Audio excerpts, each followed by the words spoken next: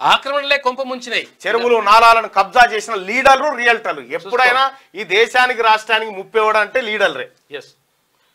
ఖమ్మం వద్ద మున్నేరు పరివాహక మొత్తం ఆక్రమణలే.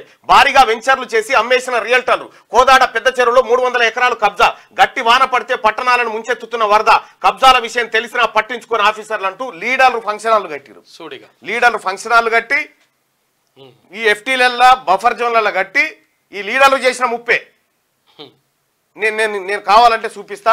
ఖమ్మం జిల్లా మా టీం సభ్యులకు చెప్తా ఉన్నా, ఏ లీడర్ది ఏడ ఫంక్షన్ హాల్ కట్టిరు, ఎఫ్టీఎల్లా ఏడేడ ఏం చేసిరో ఒకసారి ఆ విజువల్ తీసి పంపించండి ఆఫీస్కి. కోటేశ్వరరావు అలాగే వినోద్ ఒకసారి పంపించండి.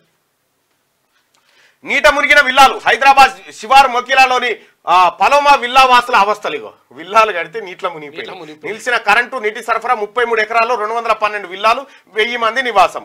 ఒక్కో విల్లా ఖరీదు 5 కోట్ల నుంచి 7 కోట్లు. సమస్య పరిష్కరించాలని ఎమ్మెల్యే యాదవ్ వినతి పత్రం అది చేసిరట. 5 నుంచి 7 కోట్ల రూపాయలు పెట్టి విల్లాలు కొంటే ఈత కొడతా ఉన్నాయి విల్లాలు. ఇప్పుడు కాళయాదన్న ఏం చేస్తాడో కాళయాదన్న నువ్వైతేనే చేయగలుగుతావు, నువ్వేమైనా చేయగలుగుతావు యాదన్న. ఎందుకంటే నీతోటి అవుతుంది. వీళ్ళు తక్షణమే వీళ్ళకి ఉపశమనం కల్పించు.